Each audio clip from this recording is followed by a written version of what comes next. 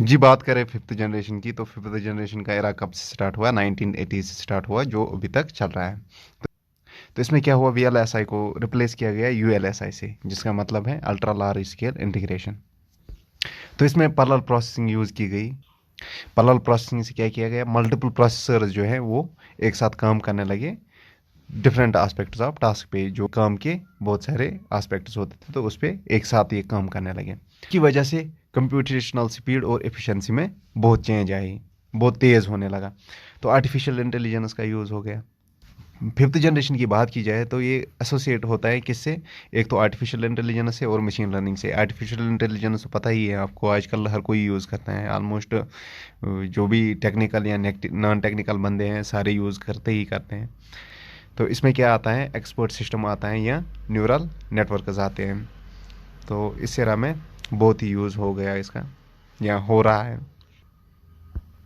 और knowledge based system है, ये यूज़ करता है डेटा बेस्ड किन के, एक्सपर्ट नॉलेज के। क्योंकि किस चीज़ के लिए, कि ये सॉल्व प्रॉब्लम कर सके। तो इसने इस एरा में पॉपुलैरिटी गेन की। तो ये जो सिस्टम्स हैं ये की कंपोनेंट्स हैं किन के, एआई एप्लीकेशंस के। उसके बाद हम बात करते हैं नेचुरल लैंग्वेज प्रोसेसिंग जो है, कि ह्यूमन लैंग्वेज को अब कंप्यूटर समझने लगे। ठीक, कि अब मतलब अगर मॉडर्न टाइम्स में देखा जाए या इस एरा में देखा जाए, तो वॉइस रिकॉग्निशन होती है, लैंग्वेज ट्रांसलेशन होता है, या और सारे जो लैंग्वेज टास्क्स हैं वो इस एरा में होने लगे। और मैसिव पैरेललिज्म इसमें यूज़ किया गया, कि क्या किया गया, कि बहुत सारे प्रोसेसर्स को कनेक्ट किया गया एक ही टास्क परफॉर्म करने के लिए। ये पता ही है कि ये नई टेक्नोलॉजी नहीं थी। इंटीग्रेटेड सर्किट जो है वो कंटिन्यू इवॉल्व हो रहे थे, उनमें चेंजेस आ रही थी, तो वो पावरफुल और एफिशिएंट प्रोसेसर्स बन रहे थे। इंटरनेट और कनेक्टिविटी आ गई, कि आज आप किसी से भी कैसे भी कम्युनिकेशन कर सकते हो, यहाँ से आप दूसरे मुल्क में कम्युनिकेशन कर सकते हो। तो ऐसा कुछ आया, इंफॉर्मेशन शेयरिंग होने लगी, कोलेब्रेशन होने लगी, या कम्युनिकेशन होने लगी, कंप्यूटिंग होने लगी।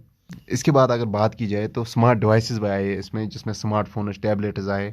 ये सिग्निफिकेंट बन गए किसमें, फिफ्थ जनरेशन में। तो इन डिवाइसेस में जो है वो सेंसर्स लगे होते हैं, एडवांस्ड सेंसर लगे होते हैं। जैसे आप फ़ोन का लॉक खोलते हो बायोमेट्रिक्स से या फिंगरप्रिंट से। एआई कैपेबिलिटीज़ हैं या हाई स्पीड कनेक्टिविटी है। क्वांटम कंप्यूटिंग हो गई। अब क्वांटम कंप्यूटर्स जो होते हैं उनमें एक चीज़ याद रखना है, कि हम बाइनरी डिजिट्स यूज़ करते थे, तो वहाँ पे क्यूबिट्स यूज़ करते हैं। तो जहाँ पे भी क्यू पहले आए तो वो समझ लेना है कि वो क्वांटम कंप्यूटर्स का काम है, या क्वांटम कंप्यूटर्स हैं वो। तो अब हमने देखा कि जो हमारे जनरेशन ऑफ कंप्यूटर्स थे, पहले में हमने यूज़ क्या किया। फर्स्ट में हमने यूज़ किया वैक्यूम ट्यूब्स और पंच कार्ड्स।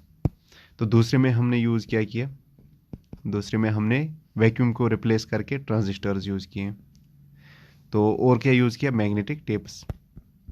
तो तीसरे में क्या हमने यूज़ किया, तीसरे में क्या यूज़ किया था, अगर आपको याद होगा तो हमने आईसीज यूज़ किए थे, जो जैक किल्बी ने दिए थे। और फोर्थ में देखा जाए तो फोर्थ में क्या यूज़ किया था, फोर्थ में हमने वीएलएसआई यूज़ किया था, वेरी लार्ज स्केल इंटीग्रेशन। या और क्या यूज़ किया था, यहाँ हम माइक्रो प्रोसेसर्स बोल सकते हैं।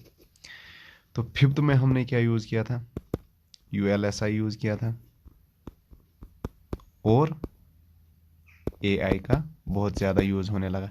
तो पर्सनल कंप्यूटर्स कब आए थे, वो फोर्थ जनरेशन में आए थे। तो ऐसे कुछ पॉइंटर्स हैं जो याद रखने के लायक हैं। बाकी एडवैक है, एडसैक है, या इनैक हैं, वो फर्स्ट जनरेशन में आएंगे। या टीबीटी है, टीबीटी सेकंड में आएंगे। आईबीएम आएगा, आपका सीडीसी आएगा। तो ऐसे एग्जाम्पल्स को भी याद रखना है साथ साथ में, कि एग्जाम्स में ऐसे ही कुछ क्वेश्चंस पूछे जाते हैं।